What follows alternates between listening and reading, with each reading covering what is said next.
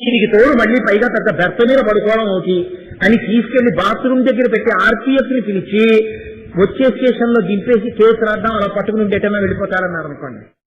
అప్పుడు నన్ను కొద్దిగా పరిచయం ఉన్న వాళ్లే ఆ కంపార్ట్మెంట్ లో ఉన్న వాళ్ళు బాత్రూమ్ లో తెలుసు విచిత్రంగా సాయంకాలాలు ఇంత పుణ్యపురుషుల్లా ప్రవచనం చేసే వీడు టిక్కెట్ కొనుక్కోకుండా రైళ్లలో తిరిగేవాడనమాట అని నన్ను చూస్తున్నారనుకోండి. అప్పుడు నాలో కలిగినటువంటి బాధ ఉందే అదే నా పాప ఫలితంగా పోయింది. ఎవరి టికెట్ ఎత్తుకుపోయానేమో ఈ జన్మలో నా టికెట్ ఎవడో ఎత్తుకుపోయి దొంగగా నియమించున్నాను. కాబట్టి నా పాపాన్ని హరిస్తాడు ప్రారంభంలో దుఃఖంగా, నా పుణ్యాన్ని హరిస్తాడు ప్రారంభంలో సుఖంగా. ఇప్పుడు ఆయన హరిస్తున్నాడు పాపాన్ని. ఎలా? బ్రాహ్మణ కుటుంబానికి దరిద్ర రూపంలో హరిస్తున్నాడు. శంకరులు ఏమడుగుతున్నాడు? పాప రూపంగా దరిద్ర రూపంలో హరించడం కాదు, ఇంకా పాపం మొత్తాన్ని రద్దు చేసేసి సుఖాన్ని ఇచ్చేయంటున్నాడు. అలా ఎలా కుదురుతున్నాయా? కుదరనన్న అమ్మవారు వాళ్ళు చేసింది లేదుగా ఎలా ఇమ్మంటా ఉంది. నా చేతిలో విసిరికాయ వేశారుగా అన్నారు. అదే కనకధారలో ప్రతి శ్లోకంలోనూ మళ్ళీ సన్నివేశం వస్తుంటుంది. మెప్పిస్తున్నారు ఆయన లోకంలో. ఇప్పుడు అమ్మవారిని మెప్పిస్తున్నారు, అయ్యవారిని మెప్పిస్తున్నారు. ఎలా అంటే ఈ పుణ్యం ఉంది కదమ్మా, ఈ పుణ్యాన్ని అడ్డు పెట్టి ఇప్పుడు ఎలా ఇస్తానయ్యా సుఖాలు? నేను వచ్చే జన్మల్లో కదా ఇవ్వాలి.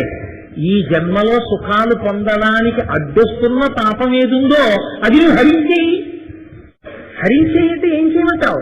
ఈ పాపాన్నంతటి క్షమించేశాను, నీకు సుఖం ఇచ్చేస్తాను, నీకు అనుభవించిపోయింది, నీ పాపం అంతా రద్దు చేసేశాను. అలా చేసి ఇస్తా ఈశ్వరుడు. ఏ రైతులకి ఇచ్చిన రుణాలు మీరు మాఫీ చేస్తే మీ పాపం ఈశ్వరుడు ఎందుకు మాఫీ చేయకూడదు? ఎన్నో తప్పు పనులు చేస్తే సుప్రీంకోర్టు ఉరిశిక్ష వేసిన వాడికి రాష్ట్రపతి క్షమాభిక్ష పెడితే మీరు ఎదుర్కొన్న రాష్ట్రపతి ఈశ్వరుడు ఎందుకు క్షమాభిక్ష పెట్టకూడదు? ఇక్కడ ఉన్న సిద్ధాంతం అక్కడ ఉన్నదేంటి? అక్కడ ఉంటుంది. కాబట్టి హరించు, పాపాన్ని తీసేసి సుఖాన్ని ఇచ్చేయి. నీ జ్యూరిస్డిక్షన్ లో ఉంది. You are competent to do it. Delegation of powers ఒప్పుకుంటాయి. నువ్వు చెయ్యగలవు, అందుకే నీకు హరి అని పేరుంది. ఇది చెయ్యని గాని పేరెందుకు? ఎంత అలాగా ఆ పేరు వాడడంలో చక్కగా పిలిచినట్టుంటుంది, ఎంత నిలదీయం ఉంటుందో. ఇది మీరు వాదించుకోలేని కేసు మీ తరపున చక్కగా వాదించి, తప్పుడు సాక్ష్యాలతో కాదు, చక్కగా వాదించి నిరూపించినటువంటి న్యాయవాదిలా మీరు పొందలేకపోతున్న దాన్ని మీకు పొందించడానికి మార్గం చెప్పి మీ పలుపున ఈశ్వరుడిని స్తోత్రం చేసి ఆ స్తోత్రాన్ని మీకు అందించడం గురువు యొక్క ప్రజ్ఞ. ఇది గురువుగా శంకరుల త్యాగం. ఇది శంకరుల యొక్క ప్రజ్ఞ. దీనికి మనం బతికున్నంత కాలం శంకరులకు నమస్కారం చేయవలసింది. కాబట్టి ఇప్పుడు ఆయన అంటున్నారు, అంగం హరేహే పులకభూషణమాశ్రయంతి. హరించగలిగినటువంటి స్వరూపం ఉన్నటువంటి ఆ శ్రీమన్నారాయణుని యొక్క నల్లని దేహమునకు నీ చూపుల వలన పులకలు వస్తున్నాయమ్మా. నీ చూపులకున్న శక్తి అటువంటిది. ఆయన ఒకడికి పాప ఫలితాన్ని ఇచ్చేటప్పుడు అయ్యో పాపం వీడు ఏడుస్తున్నాడని ఇలా కుంగిపోతూ కానీ, లేకపోతే వాడికి సుఖాన్ని ఇచ్చేటప్పుడు అమ్మయ్య వీడికి ఇవాళ సుఖం ఇచ్చాను అందుకని చెప్పి నాకు ఇవాళ హాయిగా ఉందనుకో, మంచి పని చేశానని చెప్పి సంతోషపడిపోవడం కానీ ఆయనకి ఏమీ ఉండవు. ఆయన కర్మ ఫలప్రదాత. ఒకడికి సుఖం ఇస్తే పొంగిపోడు, ఒకడికి దుఃఖం ఇస్తే కుంగిపోడు. ఘోర రూపంతో దుఃఖం ఇస్తాడు, అఘోర రూపంతో సుఖం ఇస్తాడు. రెండూ ఈశ్వరుడు సనాతన ధర్మంలోనే ఇస్తాడు తప్ప దుఃఖం ఇవ్వడానికి మిమ్మల్ని ఏడిపించడానికి గోడు, మిమ్మల్ని సుఖపెట్టడానికి గోడు ఇద్దరు సనాతన ధర్మంలో ఉండరు. భయనాశన. ఎవడు భయాన్ని సృష్టించాడో వాడే భయాన్ని కూడా తీస్తాడు సనాతన ధర్మంలో. ఘోర రూపం ఎవడదో అఘోర రూపం కూడా వాడిదే. కాబట్టి ఇప్పుడు మీరు ప్రసన్నులు కావాలి. ప్రసన్నులు కావాలంటే ఎవరి వల్ల అవుతుంది? ఆవిడ చూపులు పడితే పులకలు వస్తాయమ్మా. నీ చూపు అటువంటిది. కాబట్టి అంత గొప్ప చూపున్న నువ్వు ఇటు పక్కసారి చూసావనుకో, ముందు నీ చూపులతో ఈవిడ దురితాన్ని తొలగబొట్టేస్తావు. దుష్కర్మ ఘర్మమ పనీయ చిరాయ దూరం అంటారు. ఈ దుష్కర్మని చూసవతల మారేస్తావు, కోటవతల మారేస్తావు. నారాయణుడు అంగీకరిస్తాడమ్మా నువ్వు చెప్తే. ఎందుకంటే ఆయన మనసుని చూరగొన్న తల్లి. ఆవిడ భర్తని అనువర్తించి నిత్యానపాయని అయి ఆవిడ ఒకటి ఆయన ఒకటి కాదు. ఆవిడ వలన ఆయన వంగడం కాదు, ఆవిడే ఆయన, ఆయనే ఆవిడ. ఎలా? ఆశ్రయంతి. ఆ మాటలో ఉంది రహస్యం. ఆశ్రయంతి అంటే ఏమిటో తెలుసా అండి? కోటేశ్వరరావు గారు ఉపన్యసించగలిగిన కోటేశ్వరరావు గారి ఉపన్యాస శక్తి దేన్ని ఆశ్రయించి ఉంది? కోటేశ్వరరావు గారి శరీరాన్ని ఆశ్రయించి ఉంది. కోటేశ్వరరావు గారు ఇక్కడికి వస్తే అంటే ఆయన శరీరం ఇక్కడికి వస్తే ఆయన ఉపన్యాసం ఉంటుంది. కోటేశ్వరరావు గారు ఇంట్లో కూర్చుని వినండి వెంకటేశ్వర ఫంక్షన్ హాల్లో అవుతుందా? సీడీ పెడతాం, అది పక్కన పెట్టండి. కనకధార ఇవాళ చేయవలసిన ప్రసంగం సీడీ లేదుగా. కాబట్టి ఇది 50 గ్రాముల బంగారు కడ్డీ అని నేను అన్నాను అనుకోండి. ఇప్పుడు బంగారు కడ్డీ 50 గ్రాముల బరువు వేరా? 50 గ్రాముల బరువుకి ఆశ్చర్యం ఏది? బంగారు కడ్డీ. బంగారు కడ్డీ ఎంత బరువు? 50 గ్రాములు. ఇప్పుడు 50 గ్రాములు దేన్ని ఆశ్రయించింది? బంగారు కడ్డీని ఆశ్రయించింది. హార్స్ పవర్ కారును ఆశ్రయించినట్టు. కార్ వితౌట్ హార్స్ పవర్ పనికి మానింది. శక్తి శివుడు కలిసే ఉంటారంటే అదే. ఎప్పుడూ రెండూ కలిసే ఉంటాయి. ఆశ్రయంతి. ఇప్పుడు బంగారు కడ్డీలోంచి 50 గ్రాముల బరువు తీసేయండి, బంగారం ఉంటుందా? 50 గ్రాముల బరువున్న బంగారమే బంగారు కడ్డీ. బరువు తీసిన బంగారు కడ్డీ కానీ బంగారం లేని 50 గ్రాములు కానీ లేవు. రెండూ కలిసే ఉన్నాయి. తెలుపు తీసిన పాలు కానీ పాలు లేని, లేక తెలుపు తీసేసిన ఒక పాలు కావాలి, దొరుకుతాయా లోకంలో? అలా దొరకవు. నాకు తెలుపు వద్దండి, పాలు కావాలి. నీ మొహం పాలలోంచి తెలుపు తీయడం కుదరదు. అలా కుదరదు లోకంలో. లేకపోతే నాకు తెలుపు కావాలి, పాలొద్దు అంటే ఇంకొక తెలుపు కాదు, పాలలోని తెలుపు కావాలి, పాలు మాత్రం వద్దు. వస్తుందా? రాదు. నాకు పంచదార కావాలి, తీపొద్దు. నాకు తీపి కావాలి, పంచదార మాత్రం వద్దు. అంటే పంచదార తీపిల్లో పంచదారని తీపిగా చూసినప్పుడు ఈ తీపి లేని పంచదార కావాలి, ఉండదు. రెండు ఒకదానికొకటి కలిసి ఉన్నప్పుడు ఒకటి ఇంకొక దానికన్నా వేరా? లక్ష్మి వేరు, నారాయణుడు వేరా? అలా ఎలా అవుతుంది? ఆశ్రయంతి అయితే రెండూ ఒకటే అవుతుంది. ఇప్పుడు అమ్మవారు ఎక్కడ ఉండాలి? అయ్యవారిలోనే ఉండాలి. అయ్యవారిలోనే ఎక్కడ ఉంటుంది? అయ్యవారి గుండె అయి ఉంటుంది. అయ్యవారి గుండె అయి ఉండడం అంటే ఏంటి? మీకు ఒక్కటే గుర్తు. నేను చెయ్యరాని పని ఒకటి చేశాను అనుకోండి, అమంగళము ప్రతిహతమవుగాక, నేను చెయ్యకుండుగాక. కానీ ఎవరి మీద పెడితే బాగుండదు, అందుకని నా మీద పెట్టుకోవడం. నేనేదో తప్పు పని చేశాను అనుకోండి, తప్పు పని చేస్తే అదేంటంటే ఆయనకి దయ లేదా అని ఇలా అంటారా? లేకపోతే ఆయనకి దయ లేదా అని ఇలా అంటారా? ఆయనకి దయ లేదండి అంటాను. ఇలా చూపిస్తాను. ఇలా చూపించడం అంటే అర్థం ఏంటంటే, దయ అంటే గుండెని ఆశ్రయించి ఉంటుంది. గుండె నిండా దయ ఉందంటారు. గుండె నిండా దయ ఉండడానికి అలా నిండిపోయేది పదార్థం ఏం కాదు, అదొక గుణం.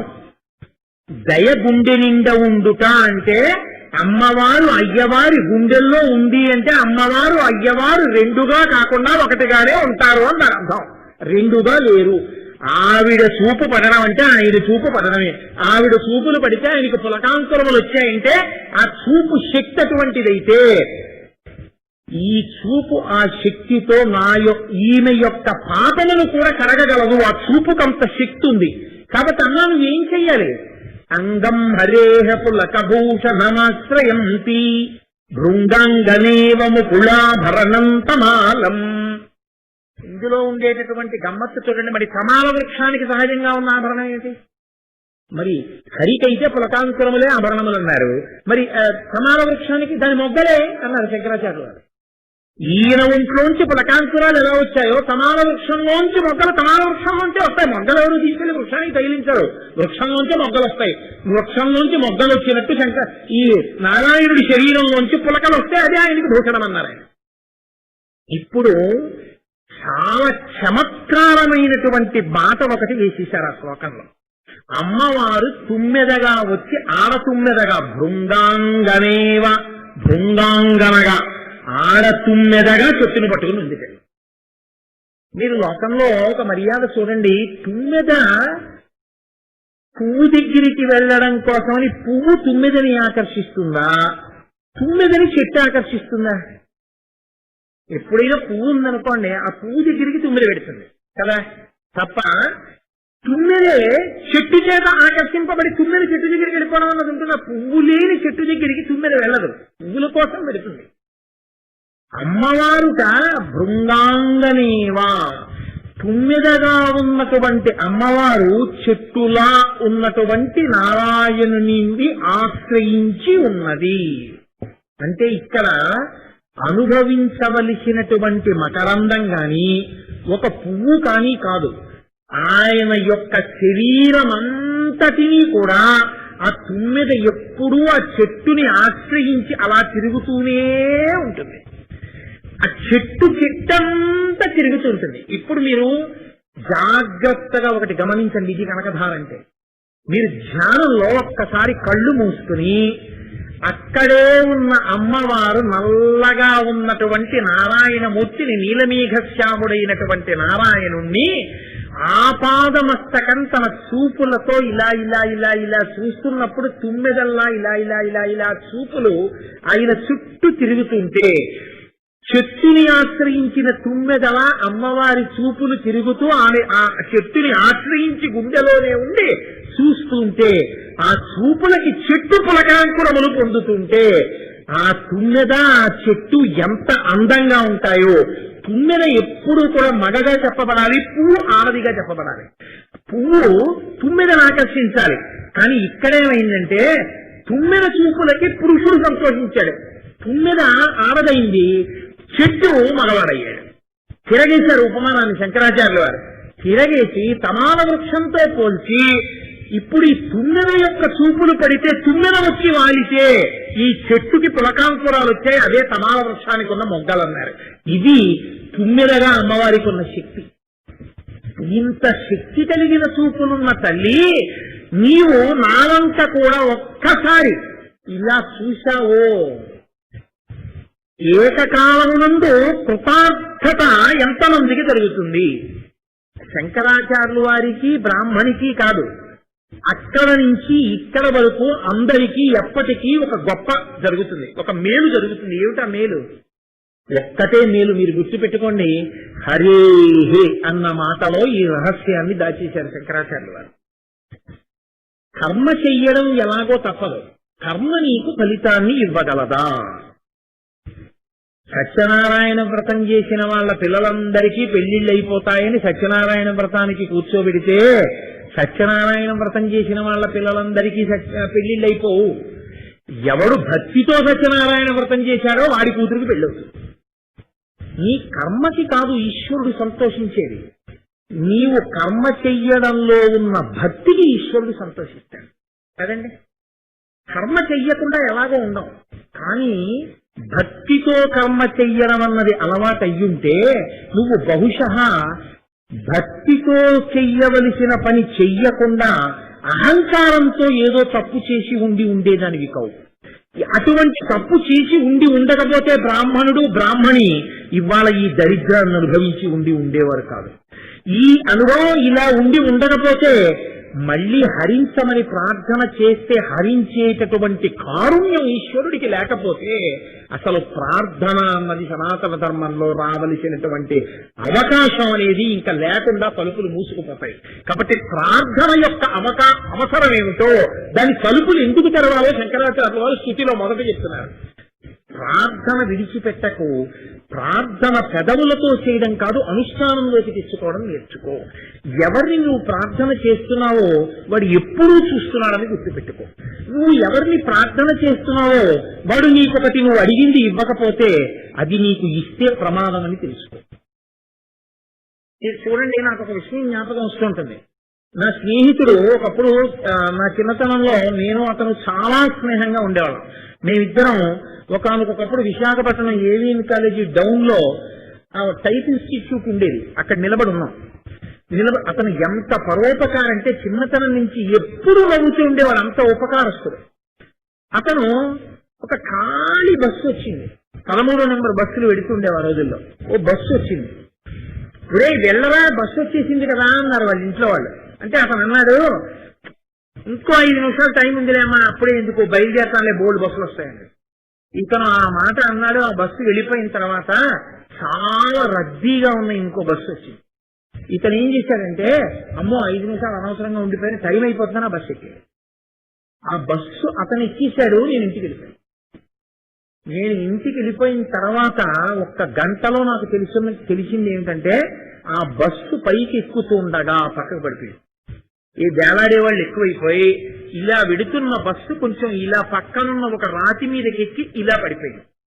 పడిపోవడంలో నాతో మాట్లాడిన 5 నిమిషాలకు అతను నజ్జయిపోయాయి. దురితం ఎలా వెంటాడేసిందో చూడండి.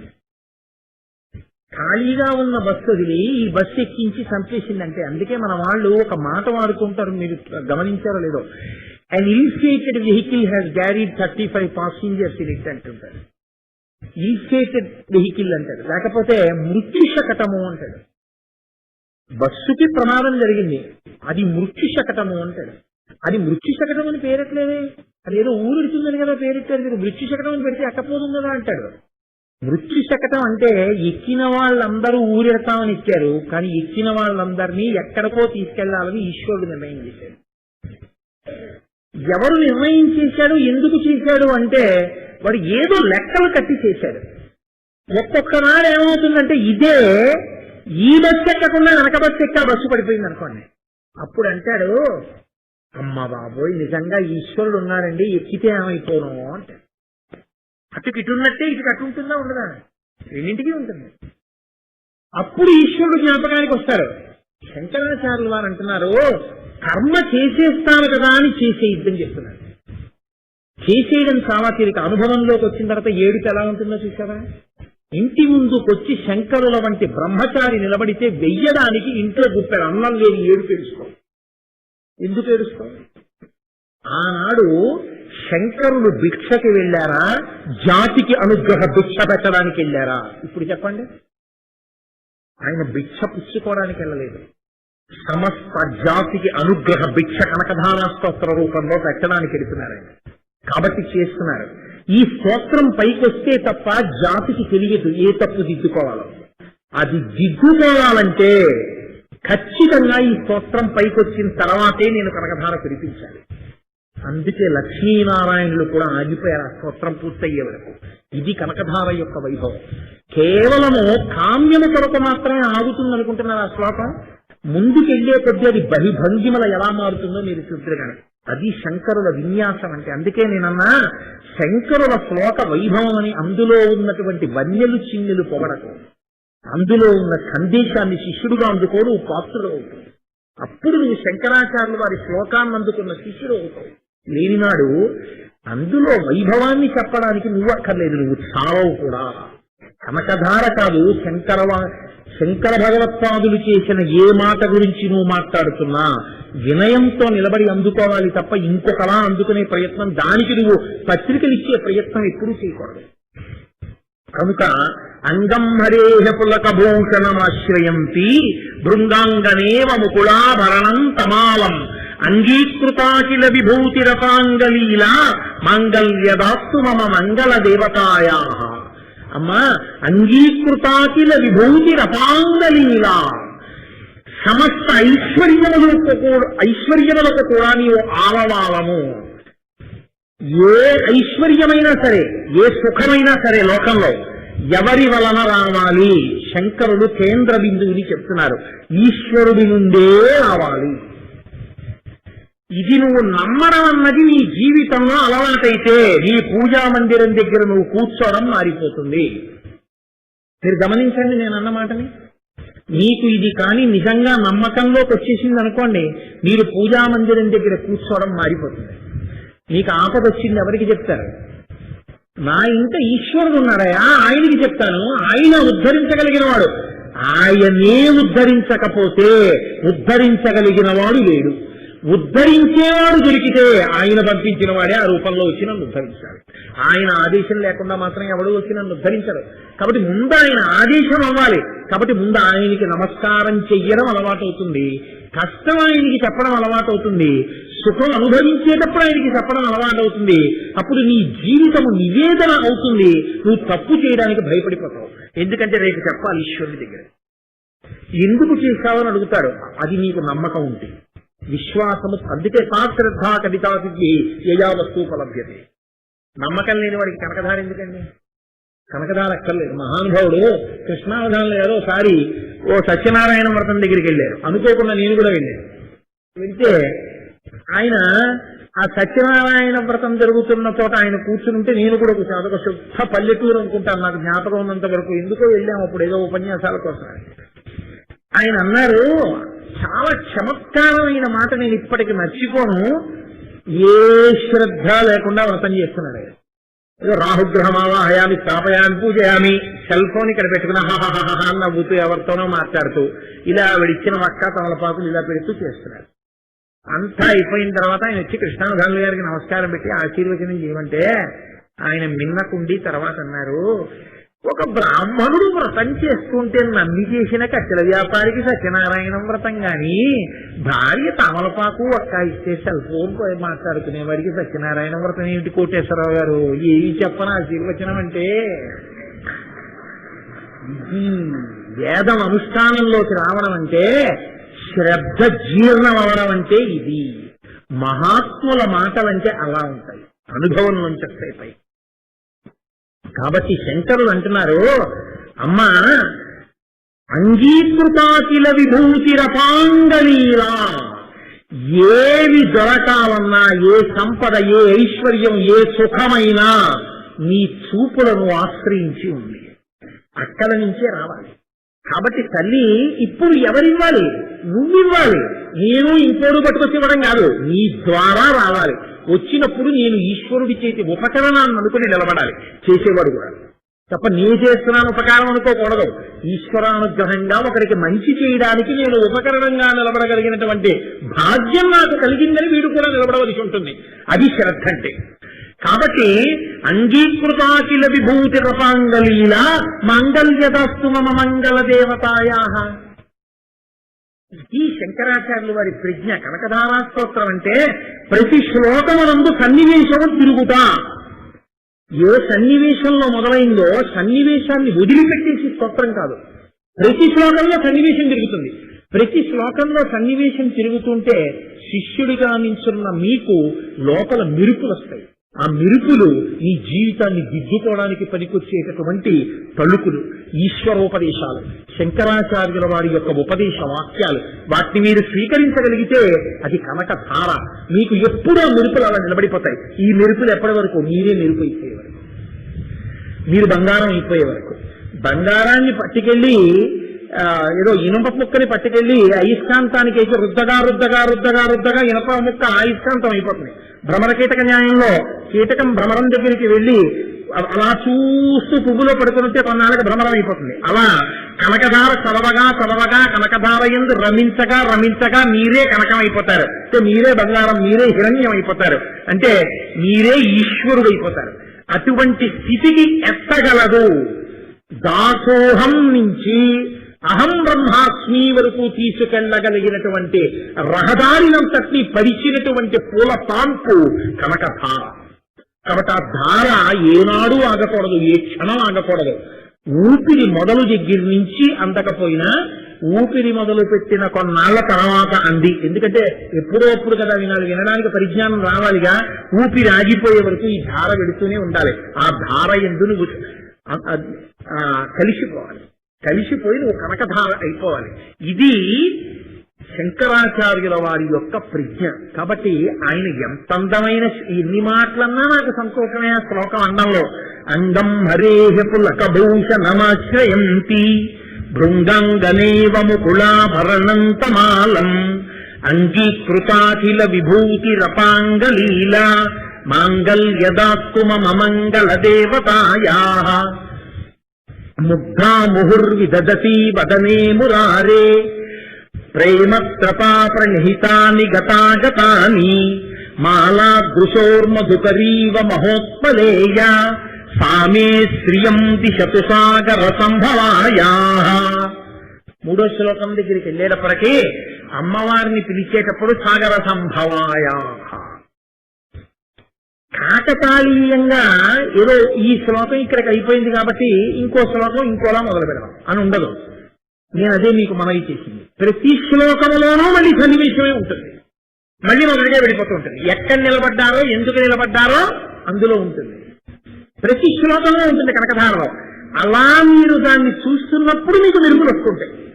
ఇప్పుడు ఆయన అంటున్నారు ముగ్ధా ముహుర్విదదతి వదనే మురారే. ప్రేమత్రపా ప్రణిహితాని గతా అగతాని గతాగతాని మాలాదృశోర్మధుకరీవ మహోత్పలేయ సామే శ్రియం దిశతు సాగర సంభవాయా. సాగర సంభవ, అమ్మా నువ్వు పాల సముద్రానికి కూతురివి. చమత్కారం అంతా ఇక్కడ ఉంది. ఆవిడ పాల సముద్రానికి కూతురైతే అంతకుముందు లక్ష్మి లేదా?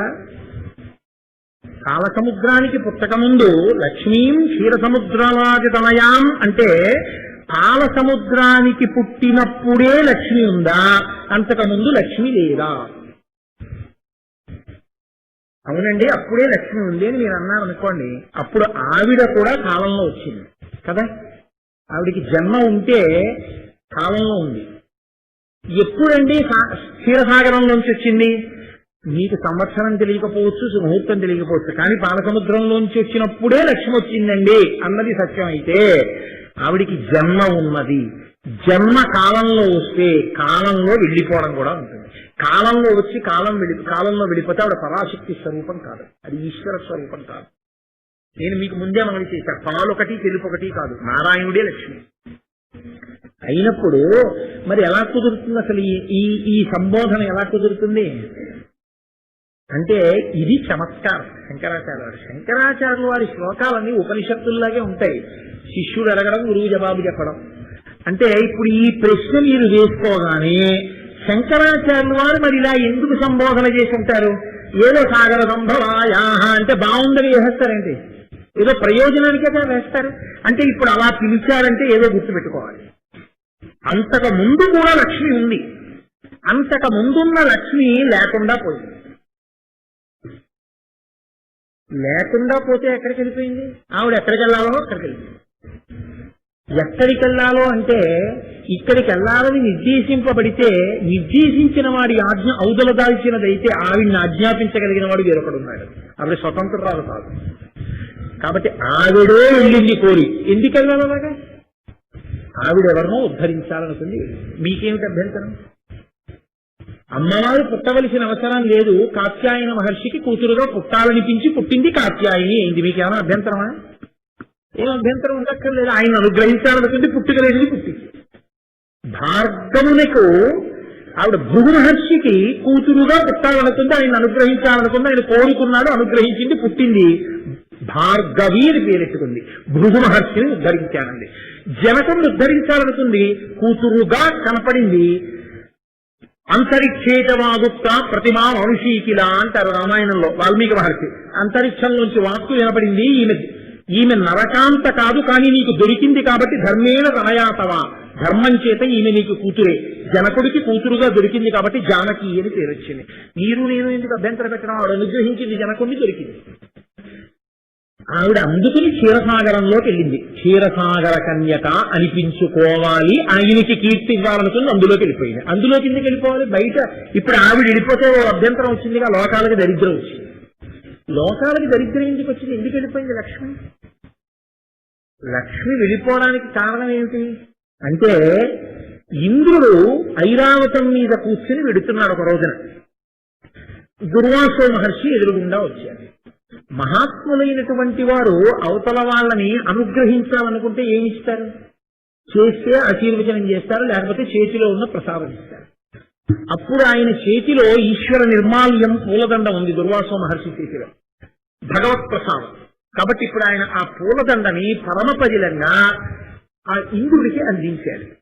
ఇంద్రుడు కన్నుల కద్దుకుని దాన్ని తల మీద పెట్టుకుంటాడు అని దుర్వాసో మహర్షి అనుకున్నాడు. ఆయన చాలా నిర్లక్ష్యంగా అందుకున్నాడు ఆ పూలదండని. అందుకని కన్నులకు అద్దుకోలేదు, తల మీద పెట్టుకోలేదు. దీన్ని నేను తీసుకోవడం ఏమిటి? దీనికి పెద్ద విలువ ఏమిటి పూలదండకి? పూలదండయందు ఈశ్వరానుగ్రహం చూడలేదు, దాన్ని అలవోకగా ఇలా విసిరాడు ఏనుగు కుంభస్థలం మీదకి.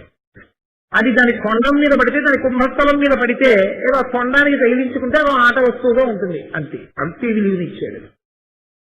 వెంటనే దుర్వాసో మహర్షి అన్నారు, నీకు పూలదండ యందు ఈశ్వర ప్రసాదం అనుగ్రహం కనబడలేదు కనుక ఆ అనుగ్రహము నీకు తొలగిపోవుగాక. ఇది సనాతన ధర్మంలో ప్రసాదం యొక్క గొప్పతనం. ప్రసాదం తినండి ప్రసాదం తినండి అని ఎందుకంటారంటే బయట నుంచి లోపలికి పట్టుకెడుతున్న పులిహార కళ్ళకద్దుకోదు, లోపల ఈశ్వరుడికి నివేదన చేసి పట్టుకొస్తే కళ్ళకద్దుకుంటాడు. ఈశ్వరుడి చూపు దానిలోకి ప్రసరించగానే ఆయన అనుగ్రహం అందులోకి వెళ్ళింది. ఆయన అనుగ్రహం అందులోకి వెళ్ళగానే మీరు కన్నులకు అద్దుకుని నోట్లో వేసుకోగానే అనుగ్రహం లోపలికి వెళ్ళింది.